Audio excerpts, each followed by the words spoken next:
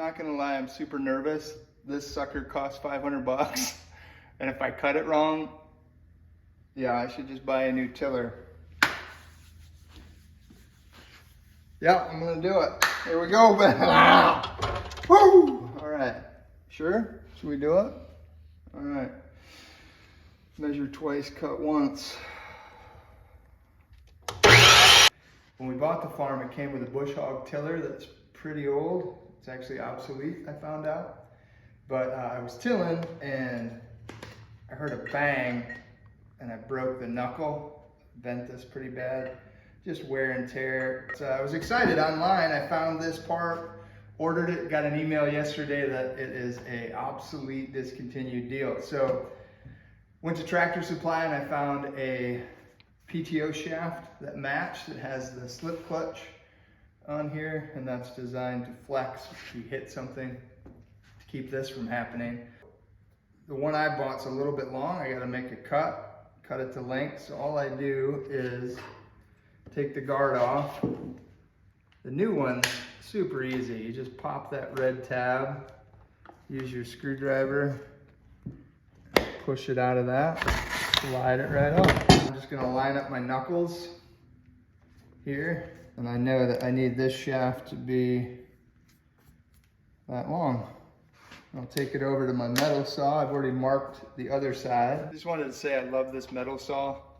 It's my favorite chop saw of all time. It's like, it says 4 times faster than a regular saw. It's so cool. You just bring the blade down and let the blade do the work. You don't really push, it just slowly will eat its way through there, and nice clean cut. Love it. Here we go, all right.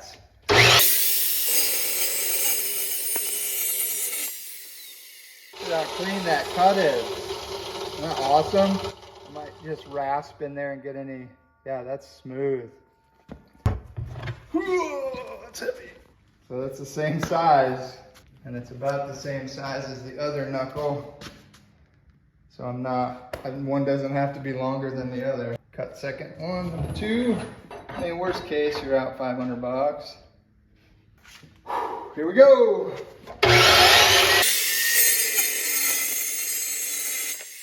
I just have to cut my guard just a couple inches shorter than the end, so it's not that mark, it's right here. It's one solid piece. I think we can just chop it off over here. Get in my way. Let's go over to the little chop.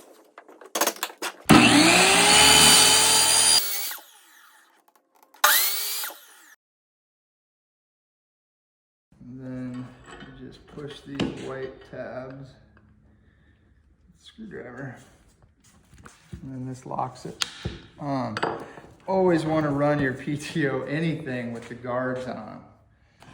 Test fit. So we'll cut it a few inches long. So that's all the way covered. And I will lube this all up real good. So see how this one's split? That's the one that goes with the red. So nice when it's new. It's so easy to put stuff on and take it off. Again, I'm gonna lube this all up really good, grease it up. But I'm just testing it right now. I'm not an expert, I'm just doing what I think will work. First, I'm gonna clean off the PTO shaft. I'm gonna use brake cleaner. I don't wanna get it on my hands. I've seen what it does to metal.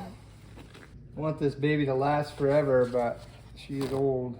It is crazy how rusted on this bad boy was. And you think about this thing, you know, 540E, it's spinning super fast. The heat that must generate. Okay, how this guy works, it's a 6 spline. So these matching the grooves, and this groove right here, that's where this bolt will sit and lock it in place. And there's one on each side. So we just have to line those up. Sounds simple. I got some, just have an open tube of grease. Get that real good. There we go. Oh, that slides nice. These are going through the groove. Lock washer, so this will never come off. I never thought I would have to be a mechanic for anything, but it's fun. funny what you got to fix on the farm. I mean, something goes wrong with a car, you can find a mechanic pretty easy. Implement stuff, it's kind of hard. It's expensive too. So if you can figure it out yourself, save a ton of money. There's a flat edge on these, square edge.